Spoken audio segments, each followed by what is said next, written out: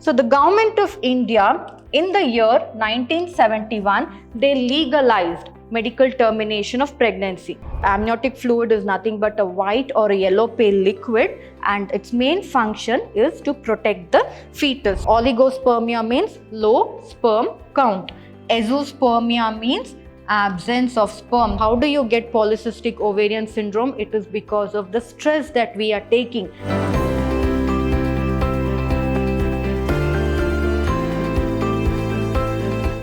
Hello everyone, a warm welcome to today's session on reproductive health. I'm Dr. Divya, Biology Faculty, Vidyashram Pre-University College, Mysore, Temple of Excellence. So in the previous session of reproductive health, we had studied about the various programs that had been initiated by the government. And we also studied about the best birth control methods that brings about a control in the number of population of the country by just limiting the number of children in a family to either 1 or 2. So we had studied about the natural contraceptive methods, the barrier methods, and we had studied about various intrauterine devices. So next, moving on to today's session, we shall study about the medical termination of pregnancy. So medical termination of pregnancy is nothing but, in simple terms, it is called as abortion, wherein you will terminate your pregnancy with the consultation of the doctor. So it is the intentional or voluntary termination of pregnancy before the full term. So before the fetus is fully developed or before the trimester itself or the end of the trimester, you can abort or the female can abort a baby. So that is nothing but medical termination of pregnancy. So the government of India in the year 1971, they legalized medical termination of pregnancy. So after a lot of discussion, they legalized medical termination of pregnancy or abortion in the year 1971. But they put certain conditions. Why? Because if conditions are not put, then female feticide or female infanticide would have increased more and more. Even though it is still persistent today, it would have increased more and more. But this particular talk about medical termination of pregnancy, that is, whether an abortion should be done or not, it is not openly discussed in many of the countries because it is mainly related to the emotional and the physical and the social health of a person, especially the female. There are certain advantages of MTP. So the main disadvantage of MTPs are also there. Apart from that, medical termination of pregnancy also has certain advantages. So what are the advantages? The first one is to get rid of unwanted pregnancies. So sometimes in a society, rape is very common nowadays. You might hear it every day here and there in the news. So in such conditions, to protect the female or to help her lead a better life later on, or the female if she gets pregnant, she may not be, because of rape, she may not be interested to carry that baby forward. So in such cases, the pregnancies can be removed or the abortion or medical termination can be done. So therefore, medical termination of pregnancy has a main advantage wherein you can get rid, or the female, whoever is needed, they can get rid of the unwanted pregnancies. And next is, it can be done when there is continuation of the pregnancy. It could be wherein the continuation of the pregnancy, it could be harmful either to the mother or to the fetus or both of them. So in certain cases, there are chances wherein carrying the fetus or continuation of the pregnancy may be harmful to the mother. It may cause even death or mortality of the mother. So in such cases, the government has allowed the females to take up medical termination of pregnancy, or abortion is legalized in such cases. or sometimes it may also be harmful to the fetus. So it will be like the fetus may have some genetic disorder which cannot be cured. So instead of the baby suffering lifelong, parents can decide and they can go in for medical termination of pregnancy before the first trimester ends. And next is, it also decrease the population. So medical termination of pregnancy decreases the population, because sometimes I told you, when you want to get rid of an unwanted pregnancy, you're decreasing the population as such. So therefore, medical termination of pregnancy, it also decreases the population. So apart from that, medical termination of pregnancy also has certain disadvantage. So anything the government puts forth or legalizes, it has both its advantage as well as disadvantage. So both are like the two faces of a same coin. So people, usually the government will do something in order to help the people, but it is we, the people, who are the ones who misuse them. So what are the disadvantages of a medical termination of pregnancy? That is, it is only safe during the first trimester. So after the first trimester, that is within the first 3 months itself, before the development of the baby, or before the, that the fetus, after the third month, it will start to develop limbs, digits, heart, and all the organs of the body will start to develop gradually. And it will almost be, you will be able to differentiate. So first, what the fetus will look like, it will just be a single cell. Later on, the single cell divides and it will look like a mass of cells, which is called as the embryo. Later on, the embryo develops into a fetus. So before the end of the first trimester, or in the 3 months of pregnancy itself, you can undergo, or the females, whoever is in need, can undergo medical termination of pregnancy or abortion. But after the trimester is over, or after 3 months, it is very, very harmful for the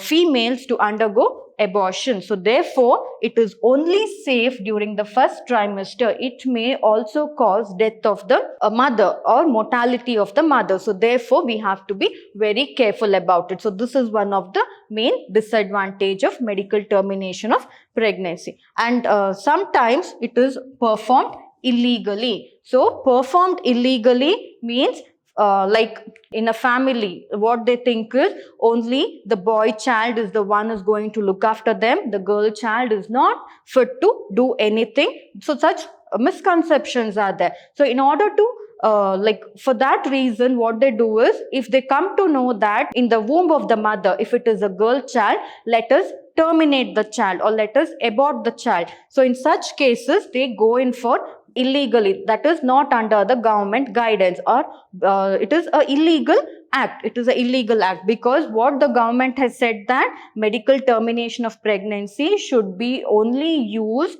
according to the rules and regulations framed by them. It should not be used illegally. So they either go to some of the local doctors, they give bribe to them, and they go in for abortion or medical termination of pregnancy. So such cases are more. That is, medical termination of pregnancy, one of the main disadvantages that they are performed illegally. That is, they are performed against the rule, or some certain points that are given by the government against them, they are being performed. Next is, it is misused to determine the sex of the fetus. Here also, in the previous session, you had studied about amniocentesis, right? So what happens is, in the female womb, the baby or the fetus, it is covered by amniotic fluid. So the amniotic fluid is nothing but a white or a yellow pale liquid, and its main function is to protect the fetus. So what it will do is, it will protect the fetus against any damage, and also it will protect the fetus against diseases, or it acts like a immunity provider to the fetus. So that is the function of the amniotic fluid. So what people do is, they use this amniotic fluid in order to study the gene of the baby. So by taking a small portion of the amniotic fluid, they will start doing laboratory experiments, and they will find out whether the gene of the baby or the chromosome of the baby is perfect or not. In such cases, if it is not perfect, and if it is going to cause harm to the baby, or if the baby is going to have incurable diseases which the baby will find to lead a difficult life in the future, In such cases, they can go in for amniocentesis. Once amniocentesis is done, they can go in for the medical termination of pregnancy. But the same thing, it is actually a good thing for the mother and the child, but people misuse that. What they do is they go in for the determination of the sex, wherein they'll take the amniotic fluid and they will, while studying the chromosome and all that, they will find out the sex of the baby. That is in the fetal stage. When the baby is in the embryo form, you can't make out whether it is a male or a female up to a certain month. So in such times, they take the fluid and they observe it under the laboratory conditions, and they do certain chromosomal studies to find out based on the chromosome whether it is a male child or a female child. And if it is a female child, they will abort the child. They will try to force the mother to abort the child, or in such cases, this medical termination of pregnancy may be misused in order to determine whether the child that is going to be born will be a male or a female. Next is female feticides will increase. So once the determination of the sex of the fetus or the baby is done, female feticide will increase. So people will start misusing this medical termination of pregnancy or abortion, and they will start to kill the female child. So what happens at the end? The female population in the country will completely reduce. So we'll not understand now, once the female population in a country or in a particular region reduces, then only we'll know what the problems that country has to face or the people have to face. So female feticides will also increase because of medical termination of pregnancy. This is also one of the main disadvantage of medical termination of pregnancy.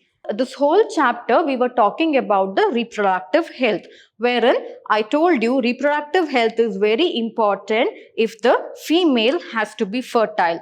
So if the reproductive health of a female is not just the female, but the reproductive health of the male is also very important, because the male can also cause harm to the reproductive health of the female. So how? In the form of sexually transmitted diseases. So therefore, we'll start studying about the different sexually transmitted diseases. So sexually transmitted diseases, they are also called as STDs. So they're called STDs. And because of the sexually transmitted diseases, it will lead to infertility in female. Infertile means she is not fertile, she is not capable of reproducing, or she is not capable of getting pregnant. So that also goes hand in hand. So therefore, sexually transmitted diseases and infertility, it goes hand in hand. So what are the different sexually transmitted diseases? We'll just have a look into it. So sexually transmitted diseases, it is also called as venereal diseases. So venereal means sexual intercourse. So those diseases that are caused by sexual intercourse, it is called as venereal diseases. That is why sexually transmitted diseases are also called as venereal diseases. And in other terms, or you can also call it as reproductive tract infection. So this is the most common reason nowadays for the female to be infertile, that is reproductive tract infection. So you might have heard that is pelvic inflammatory disease and all that. It is called as PID. It is pelvic inflammatory disease. So why is this pelvic inflammatory disease more prevalent nowadays? It is because of the infections that are caused to the reproductive tract. So why infection? Infections may be because of unhygienic environment or unhygienic restrooms that we use, or it may be because of the sexually transmitted diseases. So all these will cause infection in the reproductive tract. So therefore, sexually transmitted diseases are also called as venereal diseases, and they are also called as reproductive tract infections. So there are different sexually transmitted diseases. One is gonorrhea. So gonorrhea, it is caused by a bacteria, and you have syphilis. So the syphilis is also caused by a bacteria, and you have genital herpes.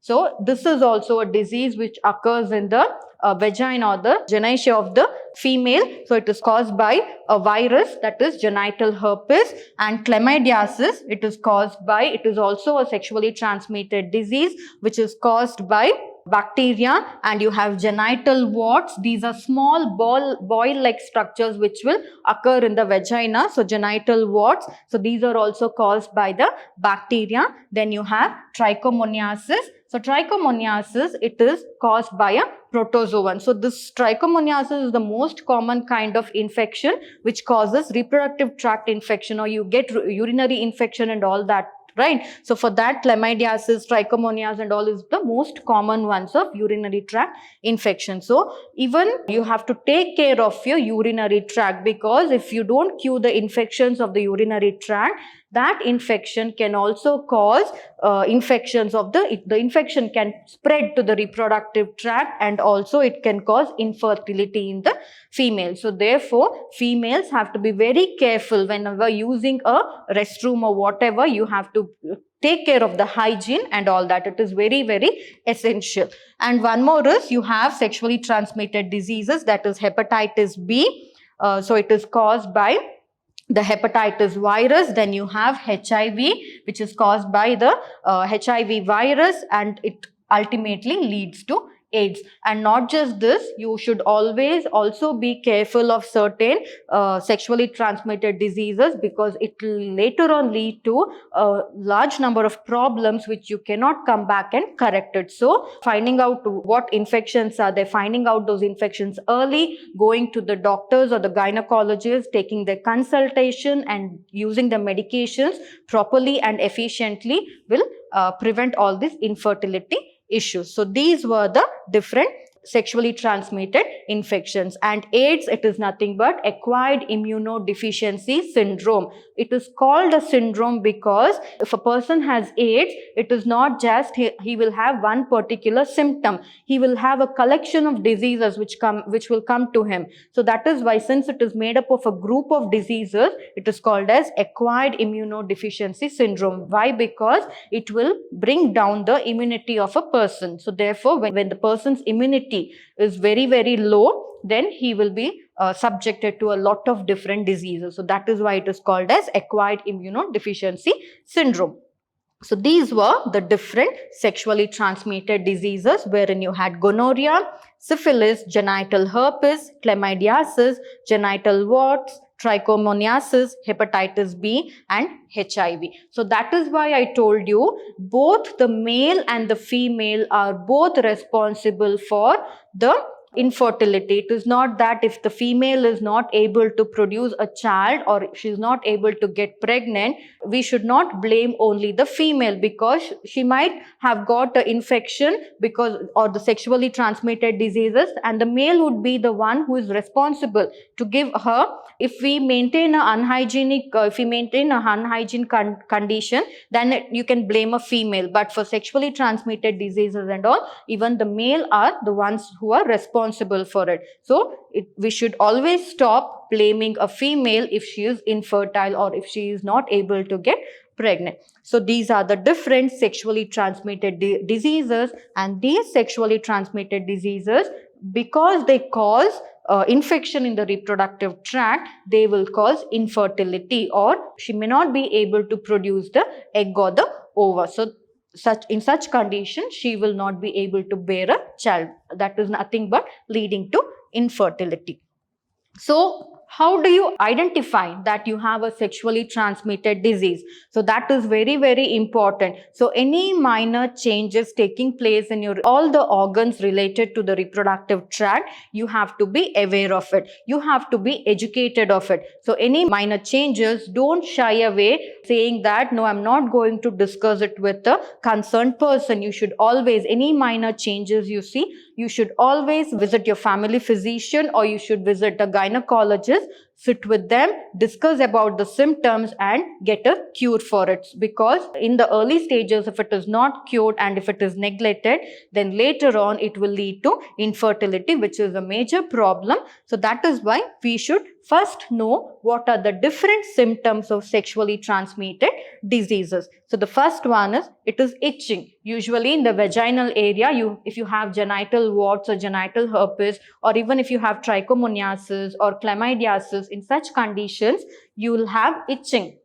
So what do we think? We think that it may be because of the changes in the pH, or it may be because of the changes in the environment or something, or because of dehydration, all that itching is occurring. But no, it may be an infection also. So don't decide for yourself. It may be that, it may be this. No, if once you observe a symptom, it is better to visit the physician or the gynecologist. So the first one is itching, the other one is fluid discharge. So obviously every female will have a fluid discharge, but it is up to us to identify whether the fluid discharge is normal or not. So fluid discharge, then whenever you in the pelvic area or in the stomach, if you have a slight pain, it is better to visit the doctor. Or swellings in the vaginal area, etc., or in the, that is nothing but the genital region. So all these are the symptoms that occur. So what are the symptoms that will be seen? What a female will feel when they have sexually transmitted diseases? They'll have symptoms such as itching, fluid discharge, slight pain in the pelvic area or the stomach area, then swellings, etc., in the genital region or the vagina. So all this you should be beware of, or a female should be beware of. And infected females, most of the time they will be asymptomatic. So this is very dangerous. Why it is dangerous? Because if you don't have any symptoms, if you don't have any itching, if you don't have any fluid discharge or any pain or any symptom, how will you be able to identify that you have a particular disease, right? So asymptomatic, it is one of the quite dangerous. Why? Because we'll not at all know that we have a particular infection or a sexually transmitted disease. Asymptomatic means we don't have any symptoms. So when we don't have or experience any symptoms such as itching and all that, we'll just keep quiet, and later on during the childbearing age itself, we will come to know that we are infertile, and at that time all the time duration would have slipped from our hands. It is very difficult if we are asymptomatic, or if we don't have any symptoms in spite of having infections in the reproductive tract, or in spite of having sexually transmitted diseases. Next is pelvic inflammatory disease. So sexually transmitted diseases usually leads to a lot of different problems. One is the pelvic inflammatory disease. So once, if you don't treat the infection of the reproductive tract in an early age, later on it will lead to pelvic inflammatory disease. So pelvis is the region where the female reproductive organ, not just the female reproductive organ, even the male reproductive organ are also present, right? So it is very important to take care of that particular region. If you don't visit the doctor and cure yourself of the reproductive tract infections, it will lead to pelvic inflammatory disease, which is nothing but the inflammation of the pelvis will take place. And this also will lead to abortions. Most of the women, before they reach the trimester itself, the baby will get aborted. It is because of all these reasons. And also stillbirth. Stillbirth is nothing but up till 9 months, the baby will be there in the womb, but it will be, when it comes out of the womb, it will be dead. So that is nothing but stillbirth. And you have ectotopic pregnancies. So ectotopic pregnancies, always the child or the fetus should develop inside the womb of the mother, right? But in this case, what happens? Ectotopic pregnancy will occur, wherein the egg may get implanted in the fallopian tube or somewhere outside the uterus. So in such case, such kinds of pregnancy are called as ectotopic pregnancy. And ectotopic pregnancy is very, very dangerous, because it may lead to a lot of problem to the female and also a death of the female. And next is the major thing, infertility and also sexually transmitted diseases, that is various bacteria and viruses, what I told you, which causes sexually transmitted diseases. They can also cause cancer of the reproductive tract. So what is cancer? Cancer is nothing but the continuous division of the cells, uncontrolled differentiation of the cells. So in our organ, the cells has to divide only to a certain time. Like, it is the fate of the cell to divide only to a certain type. But in the case of cancer, what happens? Uncontrolled division of the cells will take place, which will lead to tumors, fibroids and all that. So that is why we need to take care of the sexually transmitted diseases and various infections that occur in the reproductive tract. Once you understand the symptoms of the sexually transmitted diseases, what can be done to prevent sexually transmitted diseases? So it is always, the slogan, prevention is better than cure. Sometimes you can't help because unknowingly we may contract these kinds of diseases. In such cases, there are gynecologists or concerned physicians or doctors to help us. But always remember, it is better to prevent than to regret later. So what can be done to prevent sexually transmitted diseases? So first is, you have to avoid sex or sexual intercourse with unknown partners or multiple partners. So that is one of the main reason. Other one is, you have to always use condoms, should always be used majority of the cases, and you have to go to a qualified doctor for early detection. So qualified doctor for early detection and to get complete treatment once the disease is diagnosed. Don't go in for self-treatment. You would get various kinds of creams and all that available in the market or tablets. Don't go for that. Always consult a qualified doctor, because the doctor will be one who will be taking the sample from your reproductive tract and then studying it and finding out what is the reason for the infection. Without all that, if you just go and take an antibiotic when you have a viral infection, it is not going to work. Or antibiotic cream for a viral infection, it is not going to work. So therefore, don't do self-medication. Always go to a qualified doctor for early detection and to get complete treatment when the disease has been diagnosed. And children or adults, whoever it may be, before they reach the childbearing age, they have to be made aware of the different sexually transmitted diseases. They should know the symptoms. They should understand the symptoms, so that it will be easy for them to remember in the later stages and then take proper precautions. And also, it is important to use sterilized needles and syringes. So those needles which have been used by other people should not be used, be it during blood transfusion in the hospitals or be it when you're taking injections in the hospitals. Always ensure that the needles are opened from a new cover and it is always sterilized. Don't let other people use sterilized needles and syringes on you. You should always be cautious about all these things. It is always okay to ask. There is nothing wrong in asking. So it is better to ask and learn about all these informations. So these were the different steps that you can follow in order to prevent sexually transmitted diseases.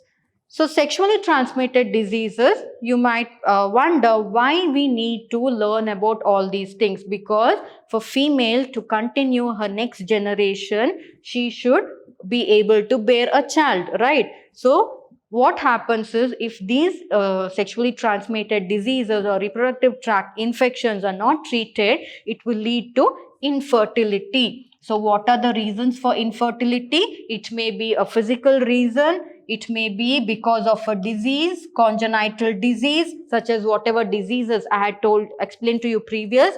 It may be because of various drugs that are using. Certain drugs also will cause a female to become infertile. It also may be because of her immunological conditions, and also it may be because of psychological. So psychological, when you say it is because of stress, always keep yourself calm. If you're not able to keep yourself calm, search for new activities, such as be it certain cultural activities, or you can participate in religious activities. You can do yoga, do something extracurricular which can keep your mind calm, because stress is the one nowadays in this particular generation or the world which we are living today. We are subjected to a lot of stress. That from the moment we wake up to the moment we go to bed, we are completely under stress because of various reasons.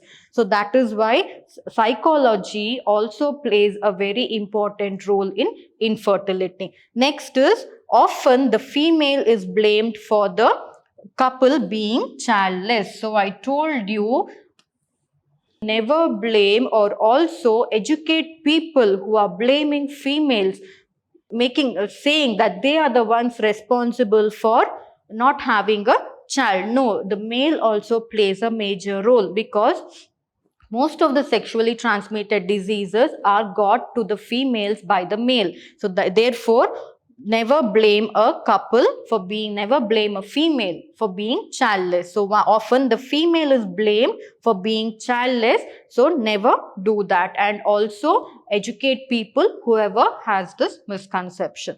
And usually it is not the females, it is the male partner who is the one who is responsible for making a female infertile. So I told you, if we follow unhygienic condition, then the females are responsible. But if we have a sexually transmitted diseases, then also both the female as well as the males also play a major part in it. So therefore, never blame a female for being childless. Next is, there are specialized healthcare units such as infertility clinics. So these clinics, they enable couple to have children, and always nowadays the technologies have been advanced to a vast extent, right? There are various technologies to help couples have a child in spite of them not being able to get pregnant naturally. You have various techniques. So those different techniques, be it IVF, then you have artificial insemination. So all this you'll study in the next coming session in detail.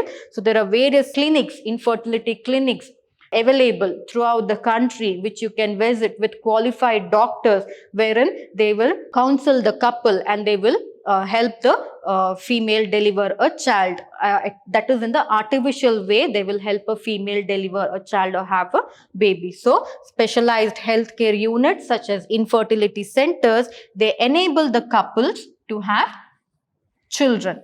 And always there is also one more step wherein we can go in for adoption. So if you're not interested in visiting infertility clinics and not interested in following various technological procedures, or if those technological procedures are such as IVF and all that, even if those technology fail to make the female pregnant, there is always an option for adoption. We can go to a recognized government center and we can adopt a child of our interest. So all this can be done. If we are infertile, there is no need to worry about it, because always there is another option.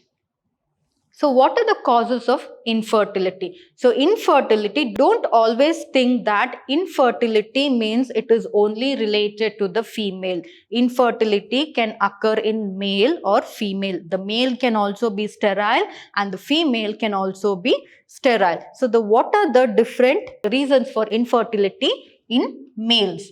So low semen quality. So why is this low semen quality? Because of never use drugs, never use cigarettes, you should stop smoking, and no over drinking of alcohol, and no overexposure of yourself to the harmful environmental positions. Be careful of the food that we consume. So because all that plays a very important role in the quality of the semen. And semen quality means maybe the semen or the sperm will lose its capability to move or be motile. So all that means low semen quality, because at the end it is the semen which has to travel fast and fertilize the egg inside the uterus, right? So if the low semen quality is there, then that will not be possible. And one more is low sperm count, which is called as oligospermia. So oligospermia means low sperm count. It is a condition where the male will have a low sperm count. So if a female has to get pregnant, there is a certain count of sperm that the male should have. Only then he can impregnate a female. But if the sperm count is very, very low, then the clinical count. So in the clinic, they have a particular count, or according to the medical book, there's a particular count that the male should have. If it is very low, then it will cause, then that is considered as the male to be infertile. And next is absence of sperm, called azoospermia. So there is two terms here, oligospermia and azoospermia. Oligospermia means low sperm count. Azoospermia means absence of sperm, that is zero sperms, there is no sperms at all, that is nothing but azoospermia. So azoospermia and oligospermia are also one of the reasons for infertility in male. And next is sexual dysfunction. So this sexual dysfunction wherein the male would have completely lost interest in the intercourse. So all this is also one of the reasons for infertility in male. So if the male is not able to impregnate a female or cause a female to become pregnant, then that is nothing but it means that the male is infertile. So these are the different causes which can be considered a male to be infertile. So next is causes of infertility in female. So in the main thing is polycystic ovarian syndrome. So polycystic, remember I told you psychology also plays a very important role in infertility. So how do you get polycystic ovarian syndrome? It is because of the stress that we are taking. Too much of stress.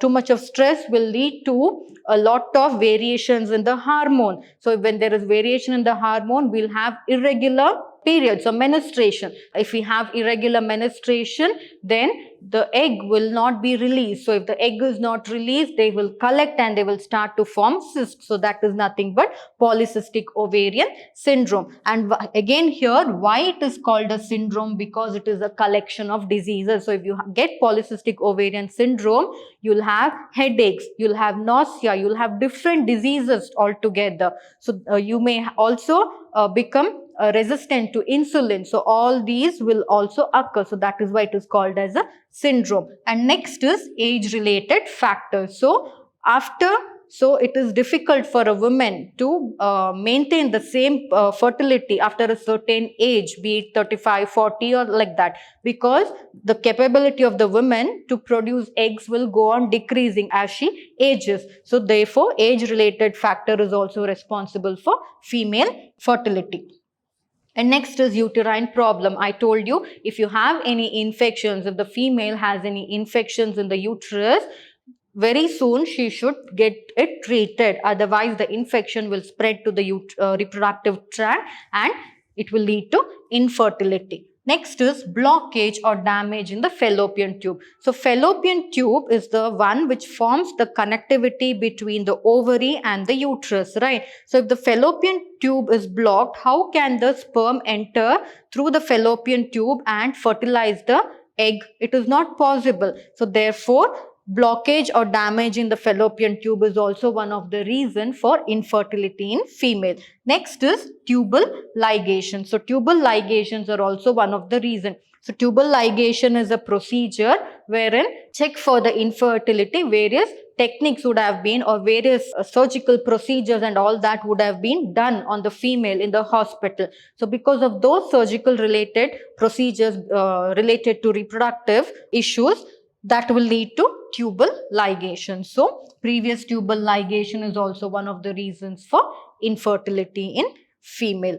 So I hope you have understood this session very well. So in this session, we'll brush up. We learnt about the causes for infertility in female, and one of the major causes, the sexually transmitted diseases. Before that, we had studied about the abortion or medical termination of pregnancy, which is legalized in India, but with a lot of rules and regulations, that strict conditions that has to be followed. And we also discussed what are the reasons why the male will become infertile and the female will become infertile, and how you need to avoid sexually transmitted diseases and how you need to avoid sexually transmitted diseases, all that we had studied. So in the next coming session, we will study about the assorted reproductive technologies. I had told you, if a female is infertile nowadays, it is not a reason to worry. Why? Because the medical technologies, it has developed or it has advanced in such a way that you can opt in for different medical technologies, which is called as assisted reproductive technologies. So these reproductive technologies assist or it helps the female to bear a child.